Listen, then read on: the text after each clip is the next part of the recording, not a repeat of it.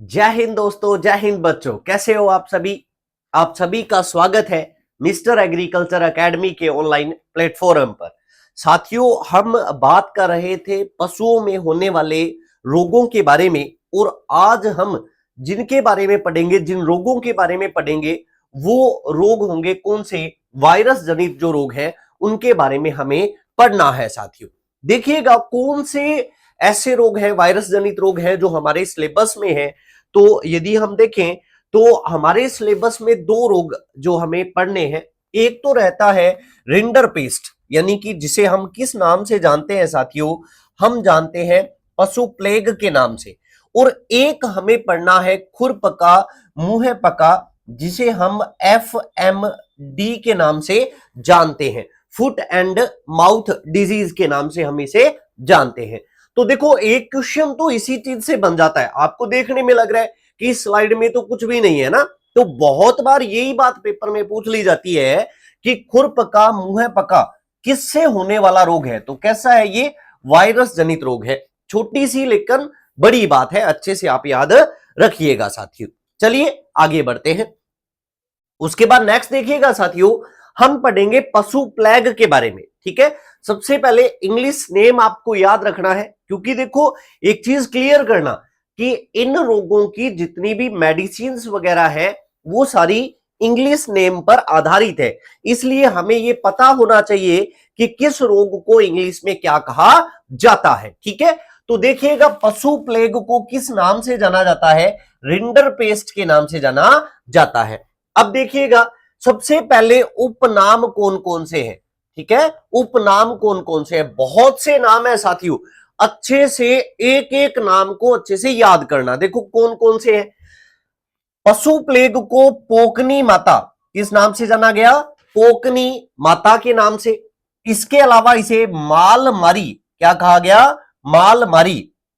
इसे कहा गया पकवेदन, इसे कहा गया बसंतु, इसे कहा गया शीतल व पक्ता, इसे कहा गया कैटल प्लेग।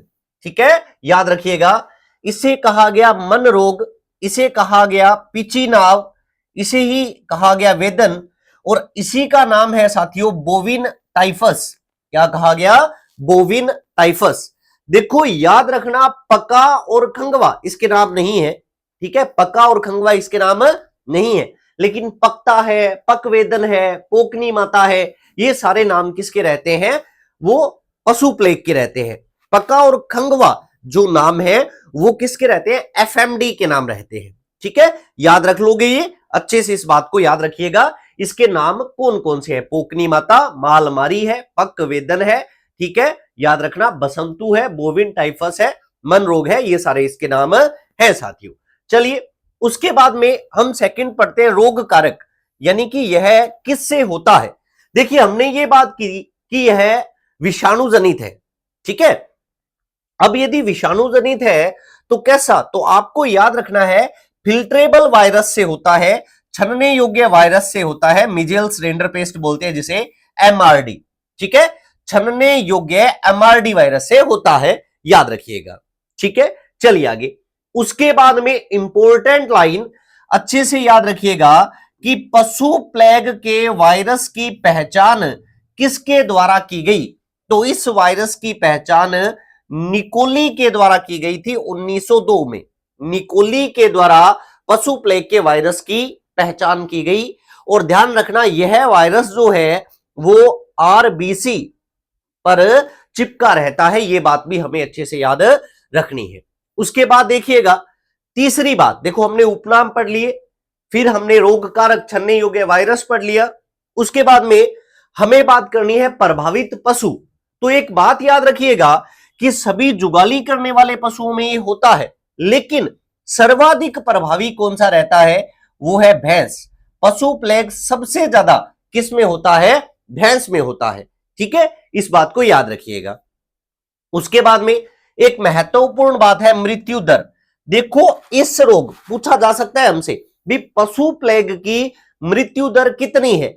तो पशु प्लेग की जो मृत्यु दर है वो 80 से 100% पशुओं में मृत्यु दर है, याद रखना। लेकिन मैदानी भागों में यह जो मृत्यु दर है वो घटकर कितनी हो जाती है? 20 से 40% हो जाती है। यानी कि इसकी जो मृत्यु दर है वो हाई है, अधिक है, इस बात को याद रखना है साथियों। ठीक है, कितनी है मृत्यु दर? 80 से 100%। और मैदानी भागों में कितनी है? 20 से 40%। ठीक है, चलिए आगे बढ़ते हैं। उसके बाद नेक्स्ट उद्भवन काल। तो इसका उद्भवन काल जो अपने जो जीवाणु जनित रोग है उनमें 1 से 5 दिन जो हम पढ़ रहे थे, इसमें कितना रहता है? 3 से 8 दिन रहता है। ठीक है, इस बात को याद कीजिएगा। और यह कौन से मौसम में, किस ऋतु में, कौन से मौसम में फैलने वाला रोग है? तो सूखे मौसम में सबसे ज्यादा होता है ये रोग, ध्यान रखना। पशु प्लेग कौन से मौसम सूटेबल है इसके लिए? तो सूखा मौसम। ठीक है, नेक्स्ट उसके बाद में है लक्षण। क्या है? लक्षण है। तो देखो एक बात याद रखिएगा, यदि हम बात करें कि इस रोग में प्रभावित अंग कौन सा है, प्रभावित अंग कौन सा है?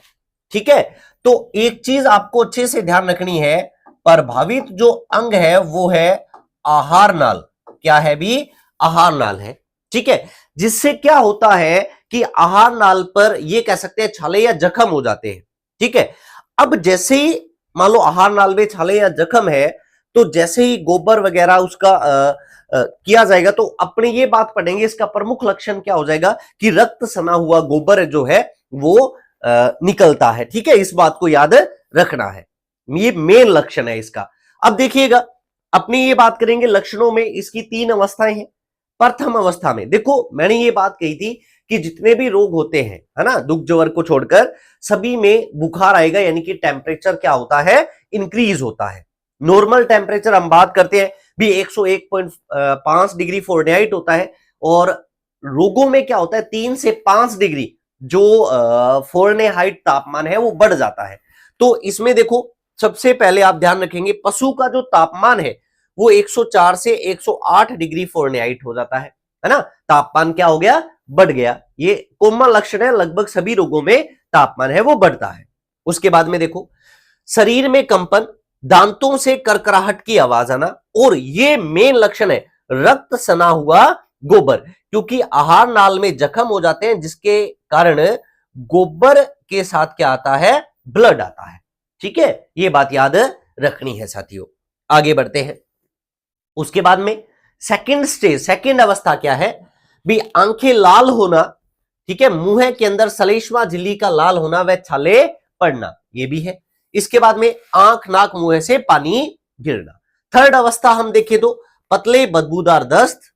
ठीक है, आंख, नाक, मुंह से मवाद जैसा पदार्थ, और 4 से 7 दिन में क्या हो जाती है? मृत्यु हो जाती है। अब साथियों एक बात याद रखना भी, इससे जो दस्त होते हैं ना, वो पिचकारीदार दस्त है, वो निकलते हैं प्रेशर के साथ, इसीलिए ध्यान रखना इसका नाम जो है वो क्या पड़ा? पोकनी पड़ा। क्या पड़ा? पोकनी पड़ा। ठीक है, इस बात को याद रख लेना है हमें। चलिए आगे बढ़ते हैं। यानी कि जो लक्षण है देखिएगा, उसके जो अन्य नाम है उसी से ही हमें स्पष्ट हो रहा है भी पोकनी कहा जाता है इसे, तो पोकनी क्यों कहा गया, तो वो हमारे क्लियर होना चाहिए। ओके, चलिए आगे बढ़े। उसके बाद में नेक्स्ट देखिएगा साथियों, वो है रोकथाम। यहां 2 बातें, है ना, मैंने लास्ट सेशन में भी आपको बताया था कि एक तो होती है रोकथाम, ठीक है, और एक होता है उपचार। दोनों में अंतर होता है। ठीक है, यानी कि उपचार क्या है भी? रोग होने के बाद में हम जो उपाय करते हैं, जो ट्रीटमेंट देते हैं, उसको क्या बोलते हैं? उपचार बोलते हैं। और रोकथाम क्या है भी? रोग होने से पहले वो रोग हो ही नहीं, है ना, इसके लिए जो उपाय किए जाते हैं उसे क्या बोलते हैं? हम रोकथाम बोलते हैं। यानी कि देखो सिंपल सी बात है कि रोकथाम क्या है? ये प्री डिजीज ट्रीटमेंट है, प्री डिजीज ट्रीटमेंट है। और उपचार क्या है? यह पोस्ट डिजीज ट्रीटमेंट है। ये हम कह सकते हैं ना भी यह रोग होने के बाद का है, और इसमें क्या होता है? रोग होने से पहले का है। ठीक है, चलिए ये बात भी उम्मीद करता हूं आपको समझ में आ गई होगी। अब हम सबसे पहले किसके बारे में बात करेंगे साथियों? हम बात कर रहे हैं रोकथाम। समझ गए आप भी यह रोग हो ही नहीं, इसके लिए हम क्या करते हैं? तो इसके लिए देखिएगा, फर्स्ट वैक्सीन आती है आरपी वैक्सीन। कौन सी वैक्सीन आती है? RP vaccine, rinder paste vaccine, जैसा कि मैंने आपको नाम से कहा था, ठीक है भी, जो इंग्लिश नेम है उनसे वैक्सीन के नेम है, तो ये याद रखिएगा, रिंडरपेस्ट वैक्सीन। अब देखो इसका यूज 3 वर्ष में एक बार होता है, यानी कि हमें ये बात समझ में आ रही है कि आरपी वैक्सीन का यदि हम यूज करते हैं तो इससे जो प्रतिरक्षा उत्पन्न होती है, प्रतिरक्षा जो उत्पन्न होती है वो कितने समय के लिए उत्पन्न होती है साथियों? 3 वर्ष के लिए। कितने समय के लिए होती है? 3 वर्ष के लिए। ठीक है, इस बात को याद रखना। पशु प्लेग के लिए रोकथाम के लिए कौन सी वैक्सीन? Rinderpest vaccine. इससे प्रतिरक्षा कितने समय के लिए होती है? 3 वर्ष के लिए। ठीक है, आगे बढ़ते हैं। नेक्स्ट है गोट टिश्यू वैक्सीन। देखिएगा, जो पशु प्लेग उन्मूलन योजना है ना, जो पशु प्लेग उन्मूलन योजना 1954 में स्टार्ट की गई थी, उसमें जो वैक्सीन यूज की गई थी, है ना, वो कौन सी वैक्सीन यूज की गई थी? गोट टिश्यू वैक्सीन यूज की गई थी। ये बात भी आपको याद रखनी है। ठीक है, तो गोट टिश्यू वैक्सीन, ओके, यह भारत में सर्वाधिक क्या होता है? इसका प्रयोग होता है, एक बात याद रखना। ओके, और इसे जैसा कि नाम से स्पष्ट है, गोट किससे प्राप्त हो रहा है? बकरी के उत्कों में इसे विकसित करके प्राप्त किया गया, ये बात भी याद रखना। उसके बाद में बहुत महत्वपूर्ण बात है कि इस वैक्सीन को विकसित किसने किया, डेवलप किसने किया? तो आईवीआरआई में एक साइंटिस्ट हुए, नाम था उनका एडवर्ड के द्वारा गोट टिश्यू वैक्सीन को क्या किया गया? विकसित किया गया। और इसका यूज करने से जो इम्यूनिटी है, प्रतिरक्षा है, वो 7 साल के लिए आती है। कितने साल के लिए आती है? 7 साल के लिए। आरपी वैक्सीन से 3 वर्ष, और जीटीवी से, क्या बोलते हैं इसको शॉर्ट में? जीटी और वी से, गोट टिश्यू वैक्सीन से, इससे 7 साल की प्रतिरक्षा आती है साथियों। ओके, चलिए आगे बढ़ते हैं। एक बात विशेष याद रखिएगा कि गर्भित मादा में क्या होता है? इसका टीका नहीं दिया जाता, यानी कि गर्भपात हो सकता है ना, इसलिए गर्भित मादा में इसका टीका नहीं दिया जाता। नेक्स्ट देखिएगा, क्लियर, उम्मीद करता हूं ये बात आप समझ गए होंगे। नेक्स्ट है लेपिनाइज्ड वायरस वैक्सीन। ओके, अब ध्यान रखना, लेपिनाइज्ड जो वायरस वैक्सीन है, इसका उपयोग गर्भित मादा में किया जा सकता है, और इसे खरगोश के उत्तकों में विकसित किया गया है, विकसित कर प्राप्त किया गया। जैसे देखो, इसे किसमें विकसित किया गया? बकरे के टिश्यूज में, और इसमें किसमें? खरगोश के उत्तकों में विकसित कर प्राप्त किया गया। ओके, और जो लेपिनाइज्ड वैक्सीन है ना साथियों, इसका यूज चाइना में होता है, और इससे कितने समय के लिए प्रतिरक्षा आती है? 5 वर्ष के लिए। आरपी 3 है, जीटीवी 7 है, और लेपिनाइज्ड जो वैक्सीन है उससे 5 वर्ष है। क्लियर ये बात? चलिए आगे बढ़ते हैं। उसके बाद में साथियों हम पढ़ेंगे किसके बारे में? हम पढ़ेंगे पंछी वायरस वैक्सीन। ठीक है, यानी कि मुर्गी के अंडे में उगाकर इसे तैयार किया गया, इसीलिए इसे पंछी नाम दिया गया। ठीक है, पंछी वायरस वैक्सीन। ओके, और याद रखना, इसका यूज करने पर भी कितने समय के लिए प्रतिरक्षा उत्पन्न होती है? तो 5 वर्ष के लिए। कितने समय के लिए? 5 वर्ष के लिए। तो बताइए कितनी वैक्सीन हमने पढ़ी है साथियों? हमने पढ़ी है 4, आरपी वैक्सीन, जीटीवी, लेपिनाइज्ड, और कौन सी? पंछी। आरपी 3 वर्ष, जो जीटीवी है 7 वर्ष, और बाकी दोनों है वो 5 वर्ष।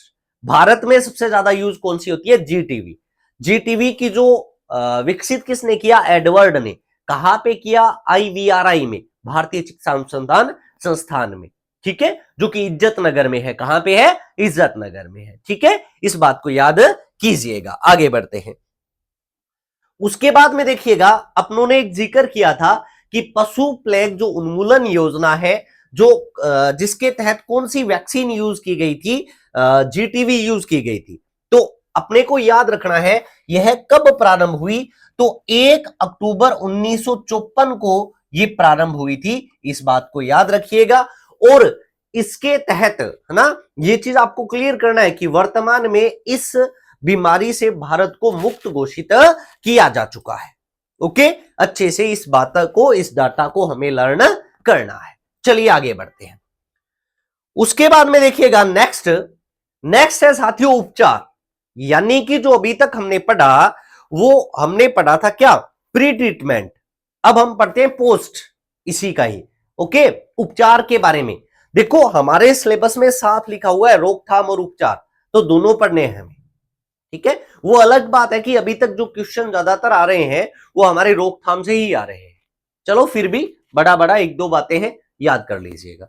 देखो उपचार में, पशु प्लेग में हम किसका यूज कर सकते हैं, सल्फामिडीन सोडियम। सल्फामिडीन सोडियम का जो घोल है इसको त्वचा के नीचे या नस में इंजेक्शन देने से लाभ होता है।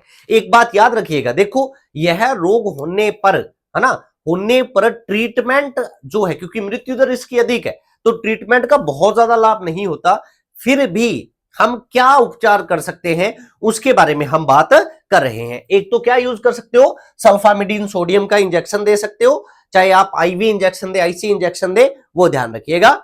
उसके बाद में देखो इसके अलावा सल्फाबोलस या पेसुलिन, सल्फाबोलस या पेसुलिन 5 ग्राम की इसकी गोलियां होती है, उसे पहले 5 बार 3 बार 2 बार, है ना, अपने देने से इससे क्या होता है, ये दस्त रोकने में क्या होती है, सहायक होती है। तो हमें थोड़ा सा इतना पता होना चाहिए, बहुत ज्यादा डीप नहीं, तो अपने को ये पता होना चाहिए भी सल्फाबोलस या पेसुलिन गोलियों का यूज किस रोग में होता है, तो पशु प्लेग में होता है। इस बात को याद रखिएगा। चलिए आगे बढ़ते हैं। उसके बाद में देखो एंटी पशु प्लेग सीरम, ये तो नाम से ही पता लग रहा है, इसका यूज हम कर सकते हैं। इसके अलावा देखो एक चीज और ध्यान रखना, हमसे पूछा जाए फ्यूकोक्स पाउडर, फ्यूकोक्स पाउडर ग्लैक्सो कंपनी के द्वारा विकसित किया गया फ्यूकोक्स पाउडर जो है ये किस रोग के लिए है, तो पशु प्लेग के लिए। तो देखो सिर्फ हमें 3 ही बातें ध्यान रखनी है भी, सल्फामिडीन सोडियम का यूज कर सकते हो, सल्फाबोलस और पेसुलिन गोलियां यूज कर सकते हो, और इसके अलावा फ्यूकोक्स पाउडर है ये यूज कर सकते हो। ये इंपॉर्टेंट ट्रीटमेंट की बातें जो मैंने आपको बताई हैं, आपके साथ शेयर की है। ओके साथियों, चलिए आगे बढ़ते हैं और नेक्स्ट रोग के बारे में पढ़ते हैं। ओके, चलिए नेक्स्ट जो रोग है वो है खुरपका मुंहपका, है ना, यानी कि मुंह और खुर की बीमारी इसे कहा जा सकता है, मुंह या पैर की बीमारी है वो इसे कहा जा सकता है ना। इसे हम बोलते हैं FMD, foot and mouth disease. देखो जर्नल सा इसमें क्या सीन बनता है भी, पशु के पैरों में क्या हो जाते हैं, छाले हो जाते हैं। और आपने ये बात नोट की होगी कि जैसे ही उसके पैरों में छाले होते हैं तो पशु क्या करता है, अपनी जीभ से उन पैरों के छालों को क्या करेगा, वो चाटता है, जिसके कारण उसके मुंह में भी क्या हो जाते हैं, छाले हो जाते हैं।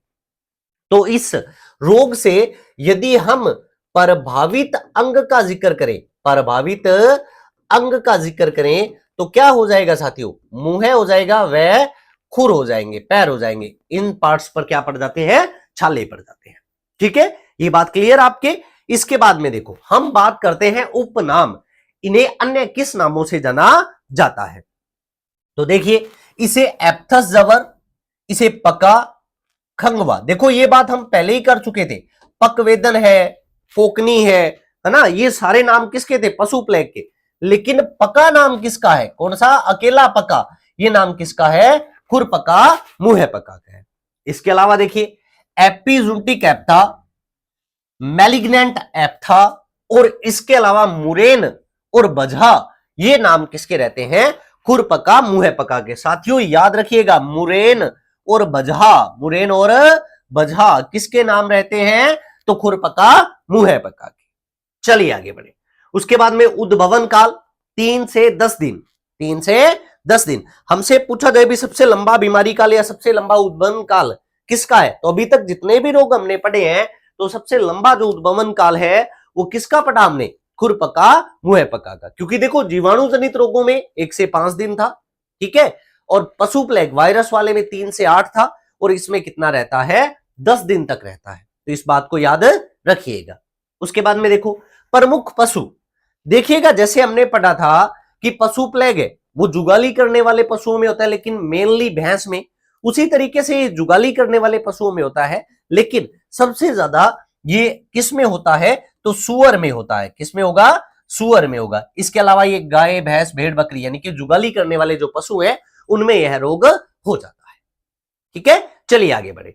उसके बाद में देखिए समय, जैसे पशु प्लेग जो था वो सूखे मौसम में होता है ना, तो खुर पका मुंह पका है, यह बसंत ऋतु में होता है। कौन सी ऋतु में होता है? बसंत ऋतु में। ये बात याद रखिएगा, जुगाली करने वाले पशुओं में होता है, लेकिन सुअर में सर्वाधिक, सुअर में सर्वाधिक। चलिए आगे बढ़े। उसके बाद में देखिए रोग कारक, बहुत ही इंपॉर्टेंट पार्ट है। जैसे हमने पशु प्लेग में तो सिर्फ इतना पढ़ा कि फिल्ट्रेबल वायरस है, और उस वायरस की पहचान किसने की? निकोली ने। लेकिन इसमें यह बात याद रखिएगा कि इसका रोग कारक वायरस है, जो कि कितने प्रकार का होता है? 7 प्रकार का। कितने प्रकार का? 7 प्रकार का। कौन कौन सा?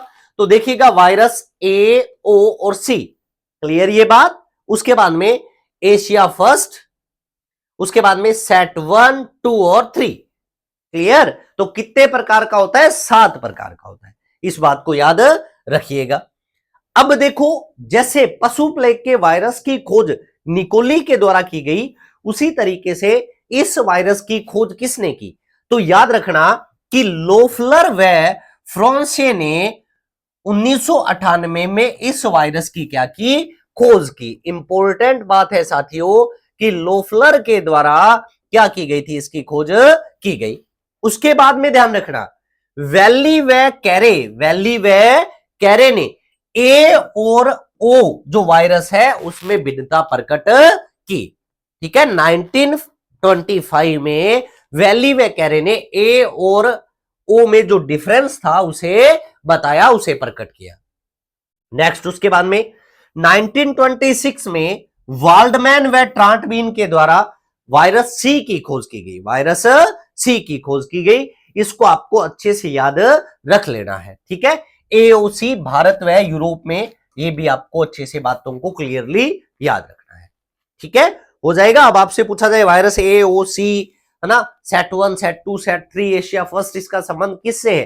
तो एफएमडी से, एफएमडी से। इस वायरस की खोज किसने की? लोफलर व फ्रांस ने। वैली व कैरे ने क्या किया? ए और ओ में भिन्नता प्रकट की, है ना। वाल्डमैन व ट्राटबीन ने सी की खोज की। अच्छे से याद रख लीजिएगा साथियों। चलो आगे बढ़े।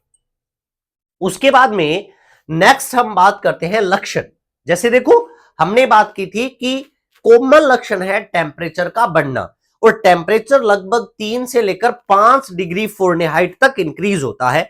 नॉर्मल टेम्परेचर 101.5 डिग्री जो फ़ारेनहाइट था, तो अपने बात करेंगे सबसे पहले इसमें क्या होता है? बुखार। तो टेम्परेचर कितना हुआ? 104 से 105 डिग्री फ़ारेनहाइट। क्लियर ये बात? आगे बढ़ते हैं। उसके बाद में देखिएगा, नेक्स्ट यदि हम बात करें तो पशु जो है वो खाना पीना, है ना, जुगाली करना क्या कर देगा? बंद कर देगा। देखो, मुंह में क्या हुए हैं? छाले हो चुके हैं, है ना। तो अब वो क्या करेगा? मुंह में छाले हैं तो खाना पीना बंद कर देगा, है ना। जुगाली करना क्या कर देगा? बंद कर देगा। जनरल सी बात है।